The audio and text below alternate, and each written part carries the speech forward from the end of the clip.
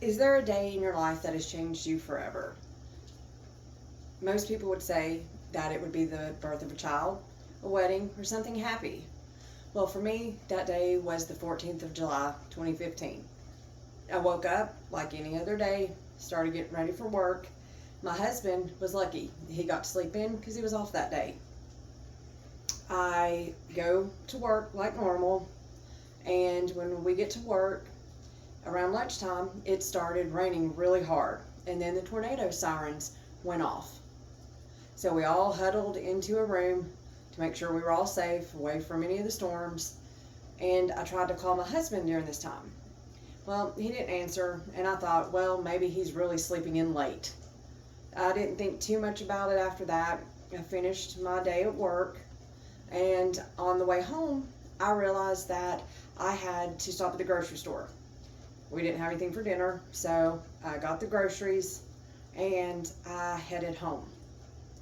Normally, when I would get home, I went through the back door, and my little pug, Lucy, would meet me at the back door, and she would be barking, excited to see me for that day. Well, when I got home that day, she wasn't at the door. So I opened the door up, and I could hear her barking from another room, which was not normal. And it was really quiet in the house. So I called out my husband's name. He didn't answer. So I started walking towards where Lucy was barking. When I got to the living room, that day, it changed me forever. I saw my husband, who I'd been married to for 16 years, father of my child. He was deceased. He had had a brain aneurysm while he was sleeping, and he had passed away on the couch. I felt like the air had been sucked out of me. I didn't even know what was going on. I just remember a bunch of EMTs, ambulances, police walking in and out of my house. All I could think of at that moment was how I was going to tell my daughter that her father was no longer with us.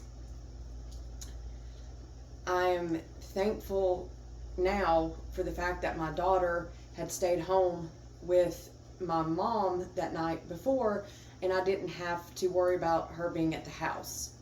I look back now and I'm very thankful for that.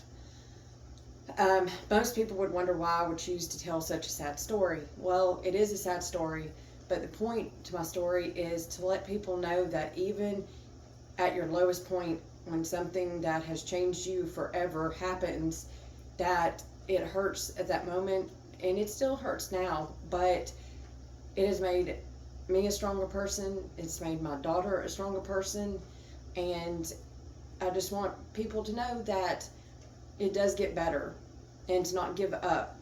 Right now, I'm going back to school.